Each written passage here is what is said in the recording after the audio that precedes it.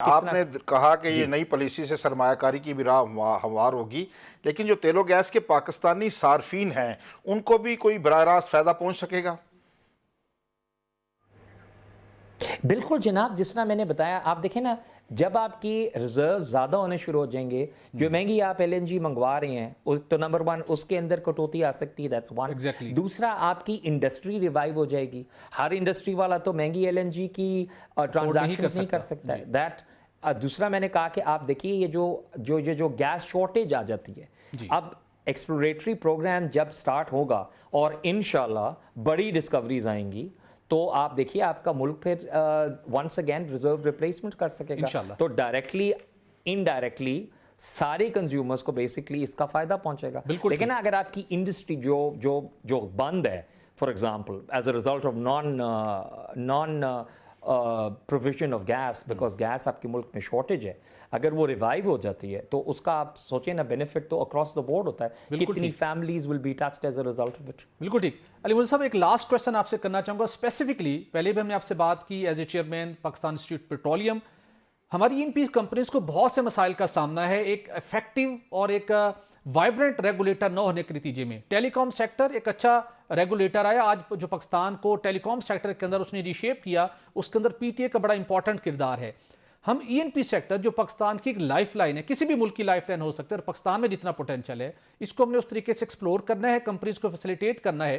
تو میں آپ سے کچھ سجیشنز لینا چاہوں گا جو بہت سی مسائل کا کمپنیوں کو سامنا رہتا ہے، کہ کیا انڈیپینڈنٹ ایک ریگولیٹر نہیں ہونا چاہیے جو اوگرا سے ہٹ کے پیٹرولیم منسٹری کے ڈائریکٹوریٹ جنرل پیٹرولیم کنسیشن سے ہٹ کے کام کر سکے، اور اس شعبے کو دنیا کے دیگر ممالک کی طرح جہاں پہ ای این پی سیکٹر نے بہت فلورش کی ہے اس پیٹرن کے اوپر رن کر سکے، ان کو فیسیلیٹیٹ کرے، ون ونڈو آپریشن ہونا چاہیے۔ اس حوالے سے آپ کی آبزرویشن اور کچھ سجیشنز لینا چاہوں گا۔ دیکھیں جی سہیل، سب سے بڑے آپ کے لیے میرے حساب سے اگزامپلس کیا ہیں؟ بہت سارے لوگوں کو یہ پتہ نہیں ہے کہ یو کے کی آئل اینڈ گیس کی کتنی بڑی پروڈکشن ہے۔ Very few people know about the production that they have in the North سی۔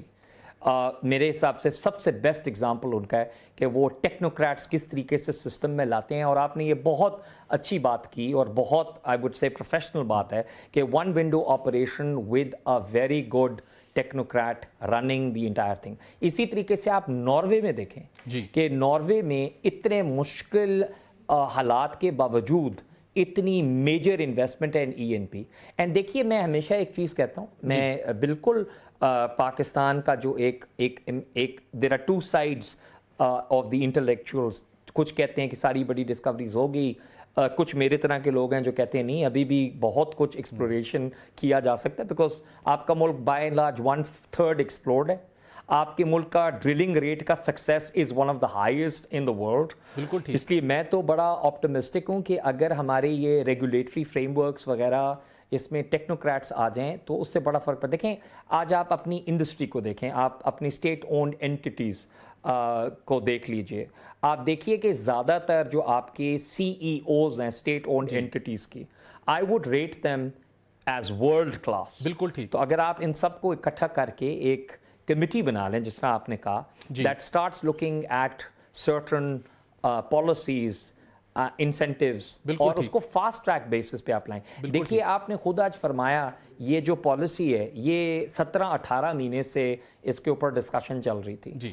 اب اس طرح کی پالیسیز کو ہمیں چاہیے کہ ہم جتنا جلدی ہو سکتا ہے ان کو فورج کریں، ان کو بنائیں، ان کا فریم ورک لے ڈاؤن کریں اور پھر ان کو ایگزیکیوٹ کریں، اینڈ اس کو ریوزٹ کریں۔ ابھی دیکھیے یہ as I understand 35-65 capped ہے at 100 MMCFD for the industry۔